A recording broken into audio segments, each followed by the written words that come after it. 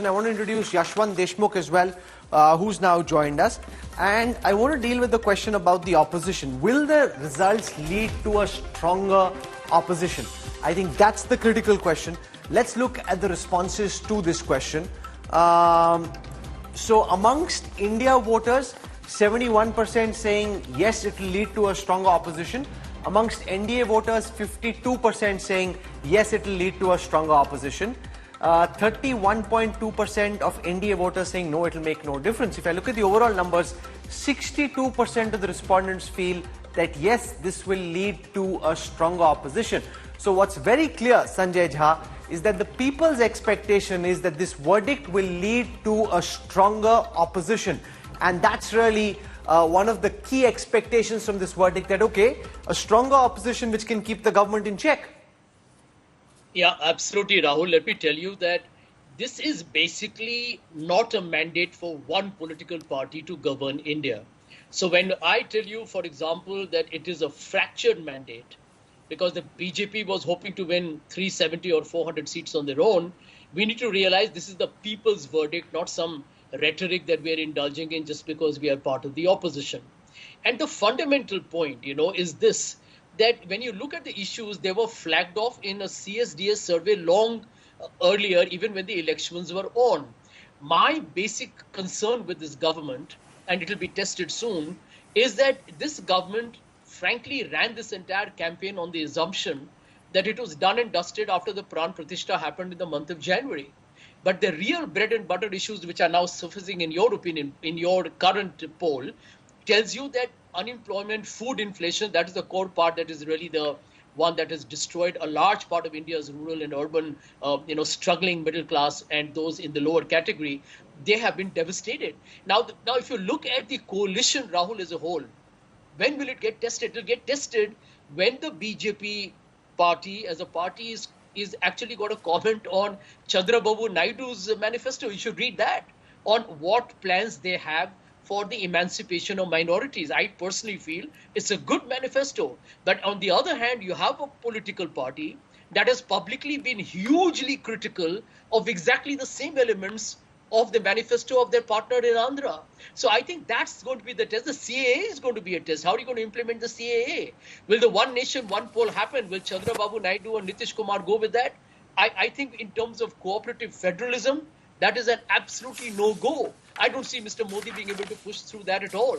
Then these were his big agendas pre this election. And my one point to one of the gentlemen on the program who talked about the foreign policy, let's be real here, Rahul.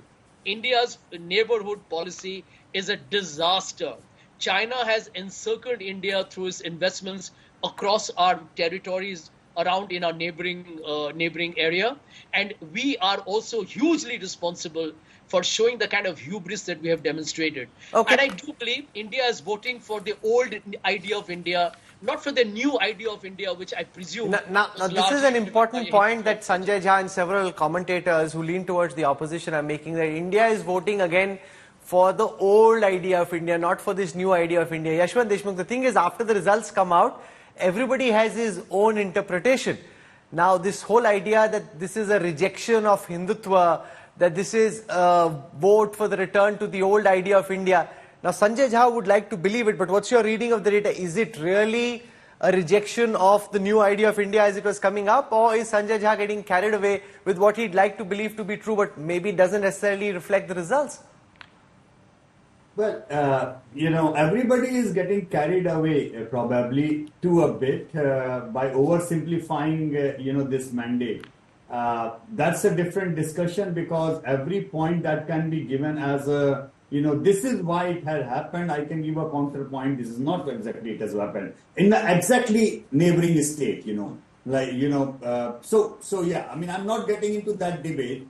What I feel from today's number, and they were quite humbling in a way. Number one, the expectations from the government, Rahul, are the same which in our tracker all along in the last 10 years people have been saying aloud, that we need to tackle unemployment, we need to tackle the inflation point. And so basically, what is heartening from this data, that even though depending on the political line, the public is also giving their own explanation why it has happened, what has happened.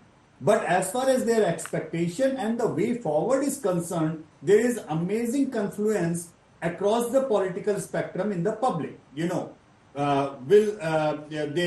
is going to be a coalition. There would be things which could be put on the back burner. And by the way, Sanjay, we have discussed this in the past earlier as well. Actually, I find a silver lining in this. You know why? Suppose, hypothetically, if the BJP would have managed a huge two-third kind of a majority and they have pushed agenda like CAA, one nation, one election, it would have been probably looked upon as a majoritarian idea of using the democracy and pushing the one way. But idea like uniform civil code, which is a very genuinely progressive idea, but now it is implemented with taking everybody on board, bringing a consensus by virtue of coalition. I am right now thinking like that is on the back burner, probably in the deep freezer. I don't see uniform civil code coming. I would be happily surprised, pleasantly surprised, if that. Let me put that question to Harsh Gupta. Harsh, how do you respond to Sanjay Jha's assertion that this is a rejection of the new idea of India, that this is a vote for the old idea of India, an India that is driven by consensus, one that's driven by coalition, and the rejection of the idea of the supreme leader? Rahul, Prime Minister Narendra Modi won a clean majority under the National Democratic Alliance, which is a pre-poll alliance, which went to the voters as a pre-poll alliance with a clear leader of Narendra Modi. I think there is no point politicking now. The elections have just gotten over. Let us all relax and analyze a bit dispassionately for once. Secondly, let us also take all polls with a pinch of salt. I mean, with due respect to my friend on the television today, Yashwant, all polls need to be taken with a pinch of salt, including this one. So to say that the new idea of India, or let us just directly call it Hindutva, has been rejected when the pre-poll alliance of Narendra Modi has won a simple majority, is stretching the idea of what a loss is and what a victory is. Let me also simply respond by saying that it is true. He mentioned something I had mentioned about foreign policy. The Chinese, encroachments into the subcontinent have increased. That is correct. However, the ratio of GDP of China to India has been stable to falling, actually, in the second term of Prime Minister Modi, whereas again, I don't want to politic, but under the UPA 1 and 2, it went from 2 times to 5 times. So the important point is this. There is a trend, there is a structural trend in politics, and then there are cycles around it, right? You kind of overshoot, then you mean revert, you overshoot in the other direction. The structural trend in Indian politics is towards Hindu consolidation, is towards the dilution of caste. And just like in 1993 UP polls, you had a massive verdict for the BJP, and then you suddenly had a Mandal movement. So there is always a mean reversion. But the overall structural trend is towards... Okay, that's an interesting thought that you put out. Let's get Amitabh Tiwari in on this. You're saying that the structural direction is towards Hindutva and the structural direction is towards a move away from caste. Do you buy that? Because if you see the kind of Dalit, Muslim, Yadav consolidation which really led to the downfall of the BJP in Uttar Pradesh, it would suggest that ground reality is different from what Harsh Gupta is suggesting. Amitabh Tiwari.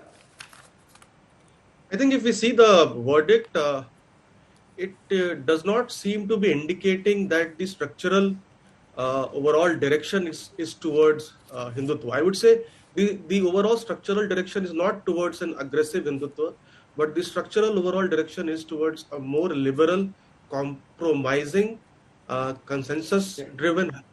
Because if you see, BJP's vote share remains the same.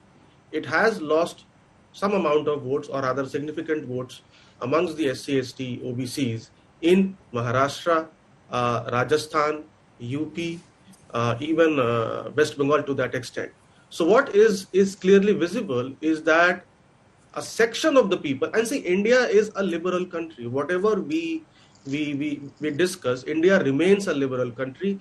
An aggressive sort of an Hindutva is not liked by many people, largely the neutral and the middle class voters. If you see the class-wise voting as per CSDS, the poor and the lower socioeconomic class people have largely, the voting pattern towards the BJP has remained the same. So they have been able to hold on to that. However, amongst the middle and the rich class, BJP has lost, or the NDA has lost 3% each vote share according to the CSDS poll data. Okay, Rahul, let me put that Rahul, question to Yashwant Deshmukh. Everybody wants to come in, and this is really getting exciting as far as the debate is concerned. Everybody has their opinion. We're trying to look at the data.